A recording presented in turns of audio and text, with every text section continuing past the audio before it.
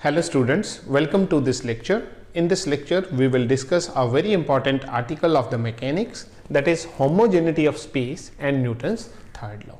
तो ये आर्टिकल बच्चों बहुत इंपॉर्टेंट है।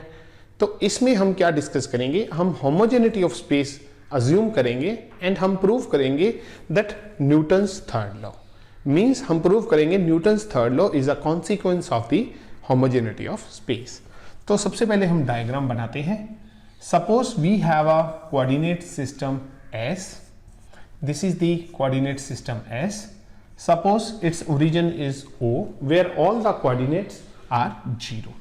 This is x-axis, y-axis, and this is z-axis. Suppose we have the 2 points M1 and M2. These are the 2 particles located at the point A and B respectively. Suppose x1 is the distance of separation of the point A from the origin O.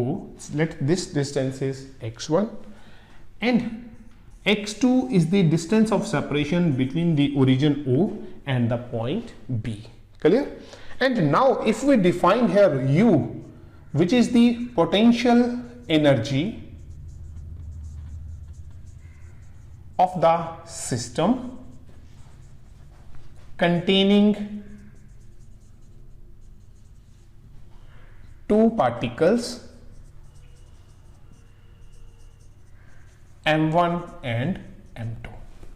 So we have defined U is the potential energy of the system containing 2 particles M1 and M2 in which frame? In S frame.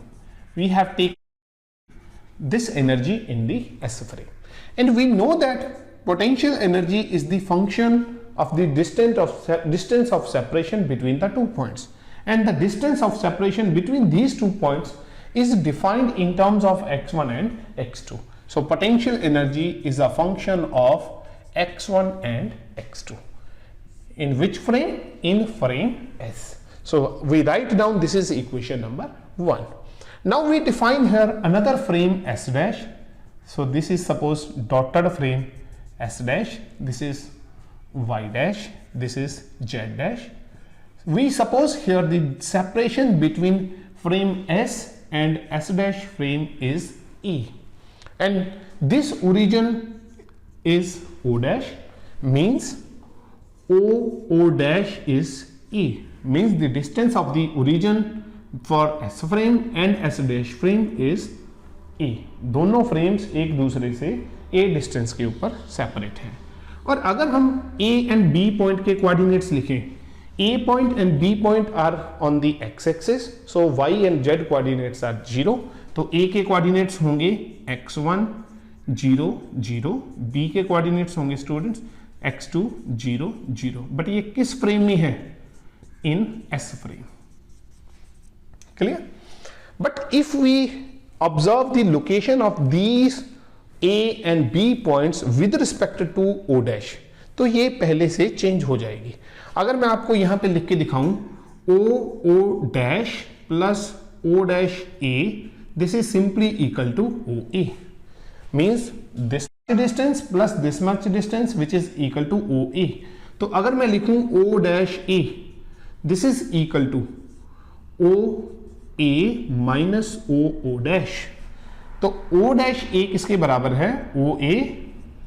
O dash A, OA हमारा क्या है? This is x1 minus O dash, this is A। तो students A point O dash जो origin है हमारा उससे कितनी दूर है? x1 minus A। तो हम इसको एक नया कोऑर्डिनेट ले लेते हैं x1 dash. Similarly O dash B हमारा क्या आएगा? x2 माइनस A, जिसको हम नया नाम दे लेंगे x2 डैश। क्लियर?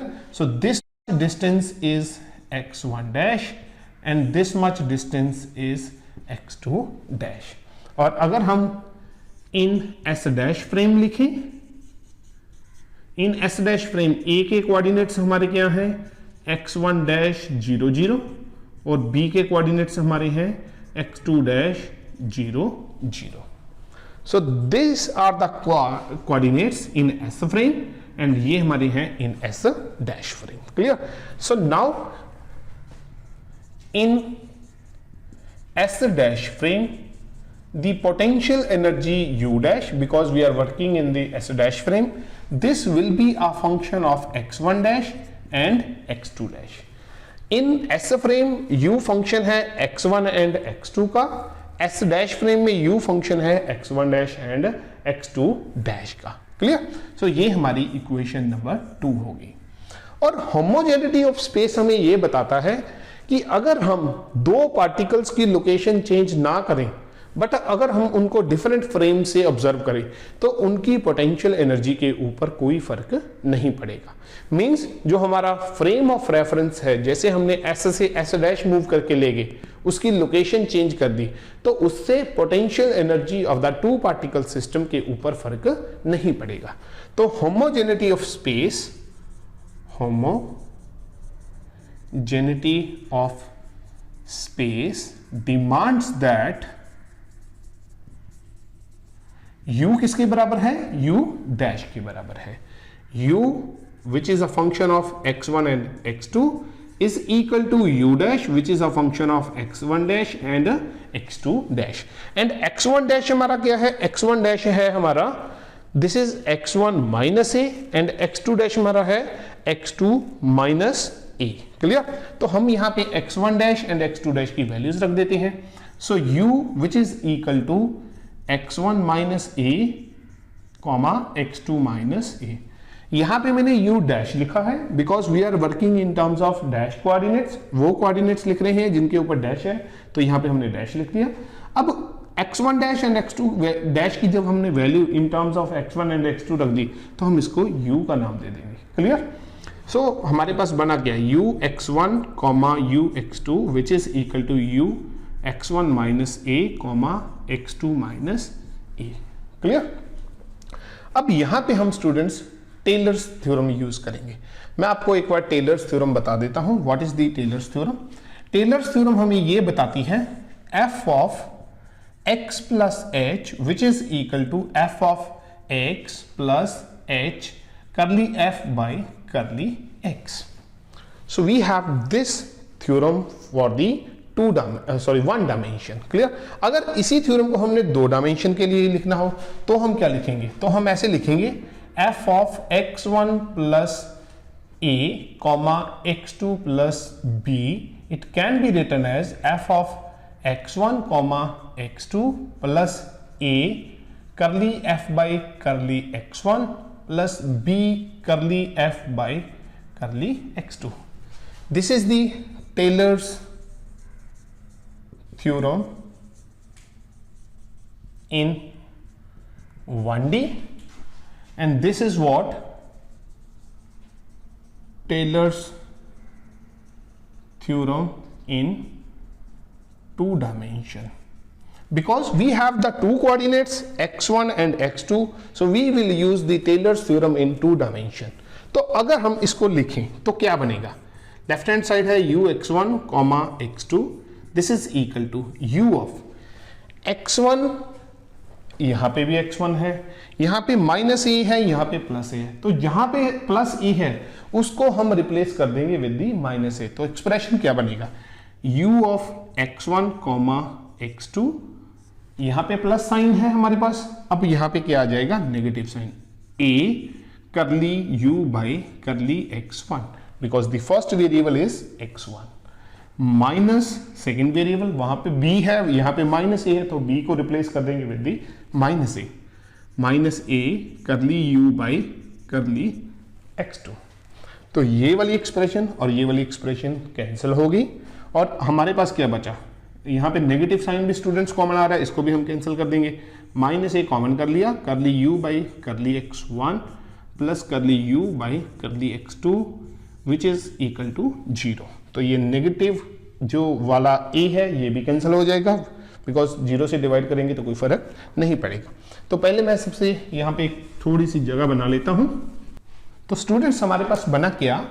करली u by curly x1 plus करली u by curly x2 which is equal to 0.